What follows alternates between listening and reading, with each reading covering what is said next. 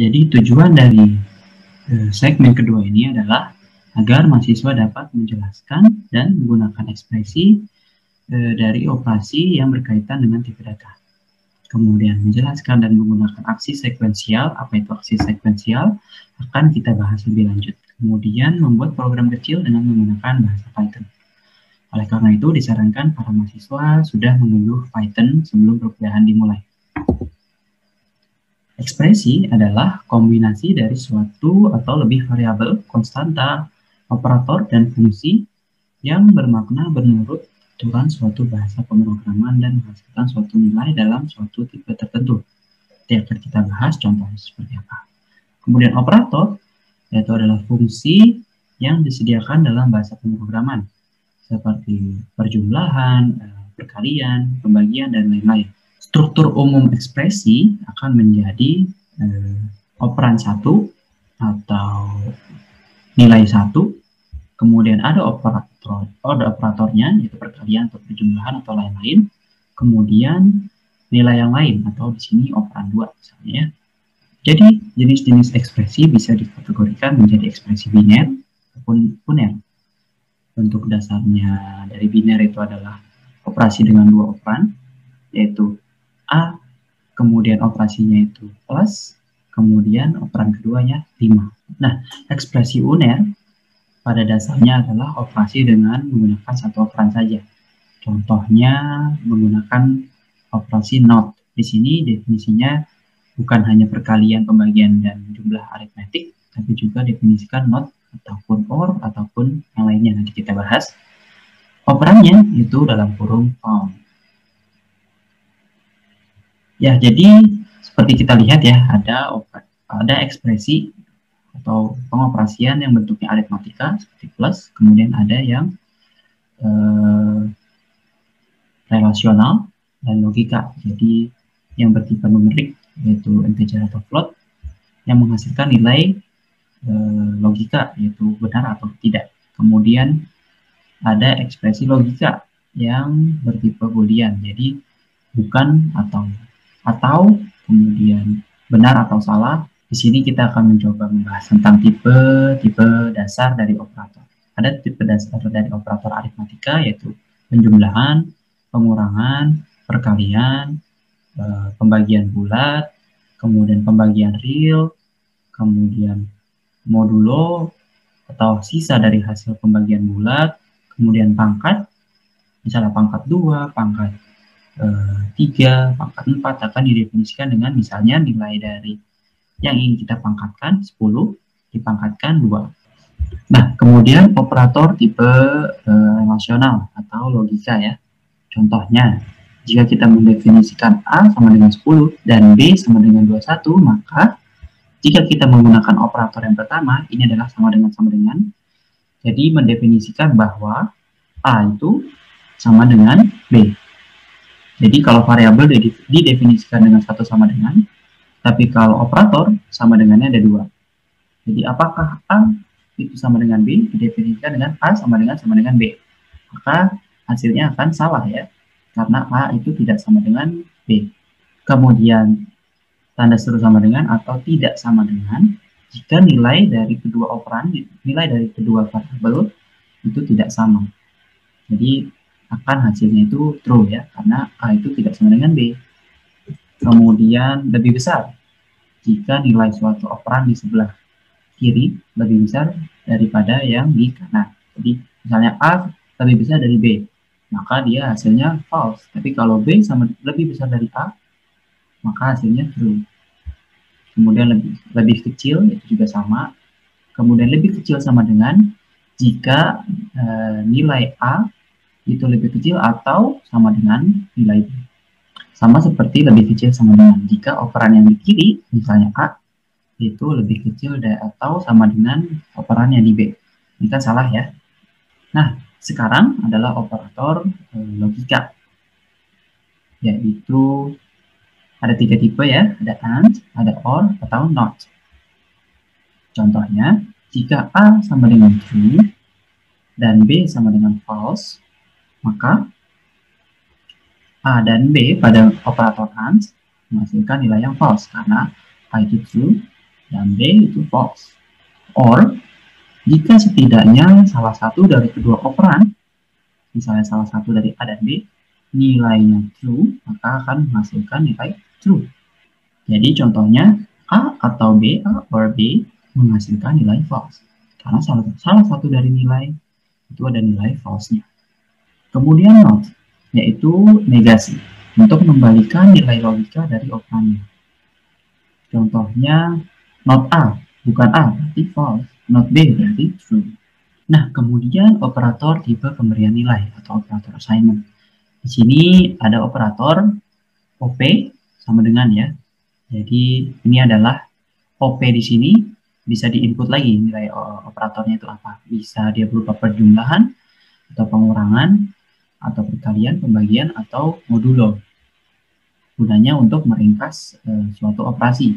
Jadi misalnya A sama dengan A, ada nilai operasinya, misalnya plus B menjadi A plus sama dengan B. A plus sama dengan B adalah sama dengan A sama dengan A plus B. Nah, berikutnya kita akan membahas tentang aksi sekuensial. Seperti kita ketahui, struktur dasar algoritma terdiri dari program, judul program, spesifikasi program untuk apa, kemudian mendeklarasikan tipe variabel dan konstanta dan prosedur pada kamus, kemudian algoritma atau langkah untuk menyelesaikan persoalan dari judul program kita. Ya, jadi bagian algoritma dari program adalah bagian program dalam bentuk teks algoritmik yang berisi instruksi atau pemanggilan aksi. Dapat berupa perintah dasar seperti input, output, atau pemberian nilai, kemudian perintah yang berurutan, jadi baris per baris, kemudian analisa kasus, jika dan maka, jika suatu kasus tersebut adalah A, maka hasilnya akan apa? Jika B, maka hasilnya apa? Kemudian pengulangan dari kasus yang ada. Nah, dalam bahasa Python, di sini setiap instruksi ditulisnya baris per baris ya. Jadi, jika lebih dari satu instruksi pada satu baris, maka setiap instruksi dipisahkan oleh titik koma. Nah, aksi sekuensial ini adalah suatu deretan instruksi atau aksi yang dilaksanakan atau dieksekusi oleh komputer berdasarkan urutan penulisannya. Jadi kita misalnya mendefinisikan suatu perintah, kemudian berlanjut ke perintah berikutnya. Jadi satu sekuen ke sekuen selanjutnya ke sekuen selanjutnya. Dan setiap aksi tersebut akan mengubah status dari program. Jadi setiap aksi sekuensial harus ada awal dan harus ada akhirnya. Dengan kata lain, suatu program harus dimulai dan suatu program harus ada akhirannya. Nah, contohnya, urutan instruksi tidak mengubah hasil eksekusi. Ya, jadi pertama, baris pertama definisi dari I, baris kedua definisi dari X. Walaupun dia dirubah tempatnya, karena hasil outputnya itu pertama di print X, maka yang pertama akan di print pasti X terus, walaupun dia nilainya pertama-tama didefinisikan I. Dan kedua, I kali 2. Pasti yang akan keluar di komputer akan menjadi I kali 2. Yang kedua. Berikut adalah instruksi yang mengubah hasil eksekusi.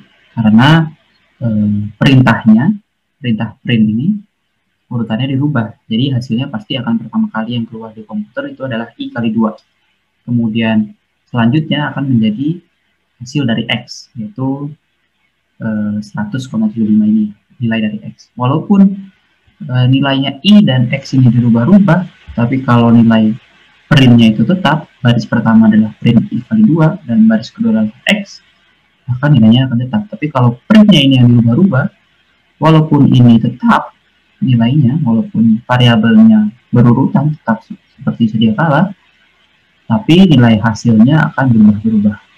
Nah, kemudian kita akan mengenal apa itu blok program. Jadi, sederetan instruksi yang dieksekusi secara sekuensial dan dikelompokkan dalam suatu blok. Jadi, instruksinya itu dieksekusi langsung pertama kali, kemudian pada blok selanjutnya dieksekusi lagi instruksi yang lain. Pada Python, untuk menandai suatu blok program ditandai dengan indentasi yang semakin menjorok ke dalam. Dalam kata lain, dalam satu blok program dimungkinkan ada blok program lain yang berada lebih dalam atau inner block. Contoh dari blok program adalah seperti ini. Jadi, contoh perintahnya ya. Contoh perintahnya adalah jika A lebih besar dari 50, maka print hello world dan print by. Ini oke. Karena blok programnya itu di bawahnya if. Untuk yang kedua, blok programnya ada bermacam-macam. Dia tidak rapi ya penulisan paragrafnya. Jadi yang pertama lebih menjorok ke dalam, yang hello world. Yang kedua agak menjorok keluar, yang by.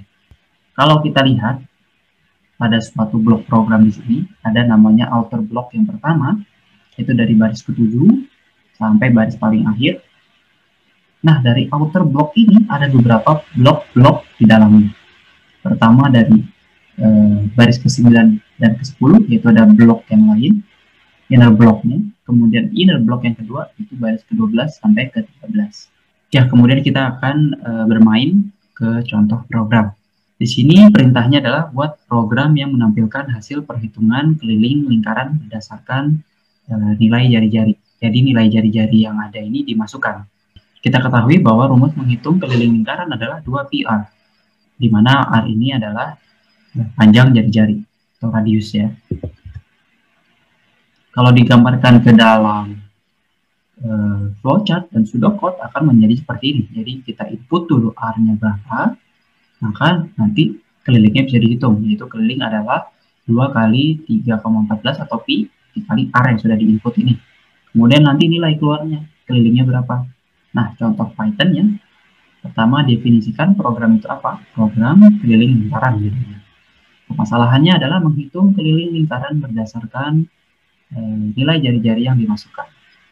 Kita definisikan nilai R itu adalah float karena dia 3,14, yaitu berbentuk desimal. Kemudian kelilingnya bisa saja integer, tapi kita lebih prefer, lebih condong ke float karena nilai dari P-nya sendiri juga float kan. Ya, kemudian kita masuk ke algoritma. Penulisan algoritmanya ya. Jadi R sama dengan input nilainya, di mana nilai tersebut harus berupa float. Kemudian perhitungan atau operasi dari keliling lingkaran. Kemudian outputnya kita print lah keliling lingkarannya tersebut atau print count. Kalau sini adalah variabel dari keliling lingkaran. Contoh kedua, menghitung tinggi rata-rata. Jadi membuat program untuk menghitung tinggi rata-rata dari tinggi badan 5 orang anak. Jadi programnya akan menerima masukan data tinggi badan untuk 5 orang anak. Kemudian program menampilkan tinggi rata-rata dari kelima anak tersebut. Kita tuliskan ya langkah-langkahnya. Jadi input pertama tinggi 1 sampai tinggi 5, kemudian dirata-ratakan. Jadi tinggi 1 tambah sampai ke tinggi kelima dibagi 5 karena ada 5 data. Outputnya adalah rata-ratanya, nilai variabel rata-ratanya. Kalau dituliskan, program akan menjadi seperti ini. Kita langsung ke algoritma, jadi tinggi 1, tinggi 2, tinggi 3, tinggi 4, tinggi 5, didefinisikan dalam bentuk float, dalam bentuk nilai desimal, kemudian rata-ratanya kita tulis lagi variabel rata-ratanya dalam bentuk aritmatik ya, operasi aritmatik, ada penjumlahan dan juga pembagian, karena harus berupa nilai rata-rata. Kemudian di print, ditampilkan nilai rata-rata di komputer kita. Baik, itu adalah akhir dari segmen kedua, di mana akhir dari modul struktur dasar pemrograman untuk bahasa Python pada modul keempat ya. Sekian dari saya, terima kasih. Assalamualaikum warahmatullahi wabarakatuh, salam sejahtera untuk kita semua, selamat belajar.